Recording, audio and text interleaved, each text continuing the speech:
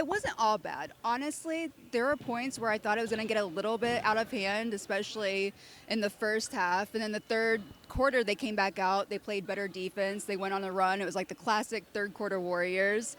And their turnovers, they only had 11 turnovers, which is great for them. And that's something Steve Kerrs talked about. They're trying to emphasize that. They're working on limiting their turnovers. Last year, they led the league in turnovers. So that was a positive. But just what do you think you saw from the Warriors, especially in that third quarter? Yeah, I think Steph kind of talked about it post-game, the fact that they love to play with organized chaos. And I thought that the newest member of the Golden State Warriors in his first regular season game, Chris Paul, was the organizer of that chaos. I thought he did a really good job at being able to not only push the break, but basically allow players to play with it themselves. I think we saw a much improved second unit already this season from what we saw last year. The Moses Moody's, the Jonathan Kumingas, and of course being able to get a guy like Stephen Curry and Klay Thompson some open looks. I think Chris Paul in that third quarter did a really good job of knowing when to push the break, but also slow things up if he needed to, and that's the reason why we saw that 40-point explosion. Now, closing lineup, that was obviously a big topic tonight. Yeah. Kerr went with Kuminga over Wiggins. It was not Wiggins' best night. He only had one rebound, and he didn't seem like Wiggins. What do you think about Kerr going with Kuminga over Wiggins to close it out? Well, I think it's a telltale from the head coach that we're going to see a lot of different combinations down the stretch for the Warriors this season. I think tonight it was Jonathan Kuminga's night, primarily because, like you said, Whitley, it was not Andrew Wiggins' night. But getting a chance for Jonathan Kuminga, who did not play particularly well in the first half, to have a chance to close out a game, took some important free throws, did miss both of them, but I think that's a value experience for a guy like Jonathan Kuminga.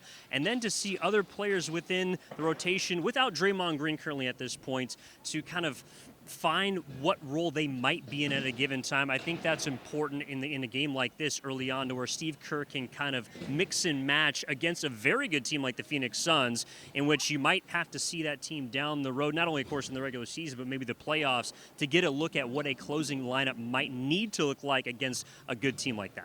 Chris Paul, he also got some CP3 chants tonight, and I never thought in a million years I would ever say that Chris Paul got CP3 chance at Chase Center, but he did.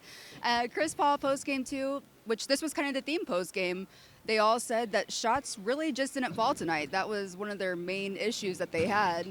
And Chris even brought up, he's like, I've been on a team that missed 27 straight threes. And he said, shooters here are different. Like, I'm not worried about that. But then he caught himself. He had a knock on wood because he's a little stitious.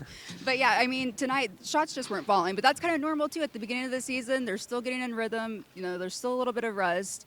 But yeah. Yeah, well, first of all, I thought it was very interesting to see kind of the comical side of Chris Paul post-game in his first game with the Warriors, because you're right. Like, the fact that the entire Chase Center arena was chanting CP3 is something I would probably only dream of, and I'm sure many Warriors fans would imagine that being somewhat of a nightmare for them before tonight. But then also joking with his teammate Dario Saric, who of course followed him from Phoenix, and kind of having a fun laugh about it.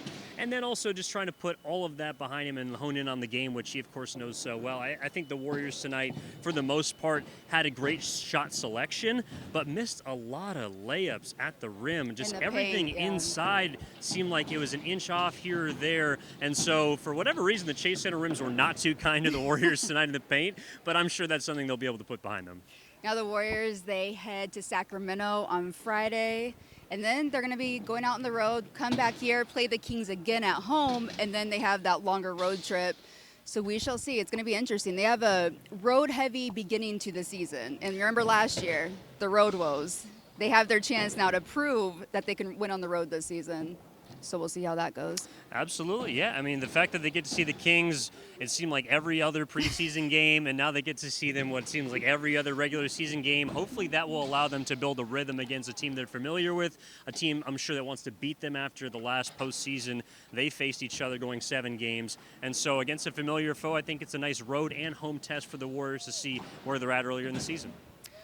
Be sure to tune in to 95.7 The Game for all your coverage. And Kings, Warriors, Friday, 7 p.m. tip-off. Believe I got that correct? Think so. Yes. Yeah.